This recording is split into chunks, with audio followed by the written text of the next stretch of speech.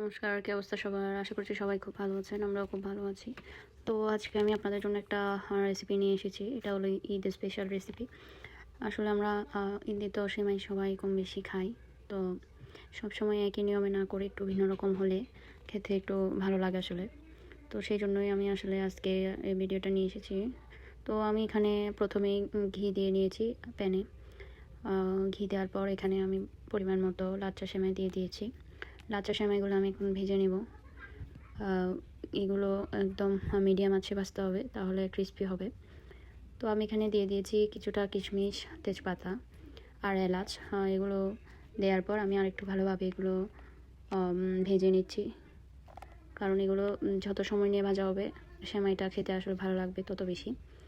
তো এই তো আমি এখানে কিছুটা লিকুইড দুধ নিয়ে নিয়েছি। দুধগুলোতে আমি হালকা পরিমাণে একটু অরেঞ্জ ফুড কালার অ্যাড করে দিয়েছি। আর ফুড কালার দিয়ে আমি দুধটা মিক্স করে একদিকে রেখে দিয়েছি। আর এখানে আমি যে সেমাইটা ভেজে নিয়েছি ওখানে এখন দিয়ে দিচ্ছি কনডেন্স মিল্ক। এটা আপনারা দিতে পারেন, না হলে শুধুমাত্র চিনি দিলেও হবে। তবে কনডেন্স মিল্কটা দিলে একটু খেতে আসলে ভালো হয়, সেজন্যই দেওয়া। তো এটা দিয়ে ভালোভাবে মিশিয়ে নিতে হবে যতক্ষণ না কনডেন্স মিল্কটা মেল্ট হচ্ছে। তো এখন দিয়ে দিচ্ছি আমি সেই ফুড কালার মিক্স করে রাখার দুধটা দিয়ে আমি ভালোভাবে মিশিয়ে নিব। আর এটা আসলে সেমাইটা একটু যাতে কুক হয়ে যায় সেই জন্যই।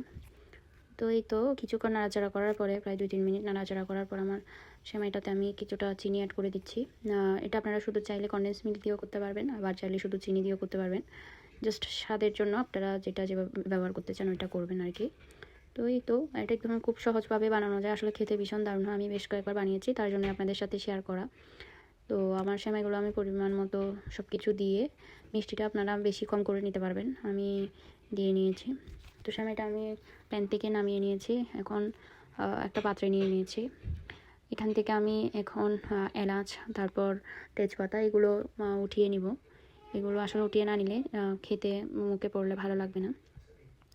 তো এই তো এখন আমি যে গরম গরম সেমাইটা নামিয়েছি, গরম অবস্থাতেই আমি একটা রাউন্ড শেপ দিয়ে নিচ্ছি। আপনারা চাইলে আপনাদের কাছে কুকি কাটার বা ওরকম কোনো শেপ দেওয়ার কোনো কিছু থাকলে ওরকম লাভ শেপ বা দিতে পারবেন, যে যেরকম ইচ্ছে দিতে পারবেন। তো আমি জাস্ট হাত দিয়ে গোল করে নিচ্ছি। আসলে এগুলো আমার দেখতে কেমন হয়েছে তার থেকেও বড় কথা, এগুলো খেতে এতটা মানে মজা হয়। এগুলো গরম অবস্থাতে খেতে পারলে বেশি মজা, ফ্রিজে রাখলে একটু গরম করে নিলে খেতে ভীষণ ভালো লাগে, ঠান্ডা অবস্থায় তেমন একটা ভালো লাগে না।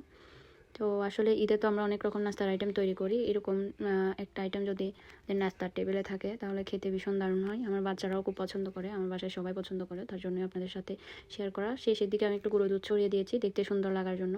তো এই তো আমার আজকের ভিডিওটা এই পর্যন্ত। কেমন লেগেছে জানাবেন, আশা করছি ভালো লেগেছে। ভালো লাগলে পেজটা ফলো করে দিবেন। আর সবাইকে ঈদ মোবারক। সবাই ভালো থাকবেন, সুস্থ থাকবেন, সবার ঈদ ভালো কাটুক এটাই কামনা করি। ধন্যবাদ।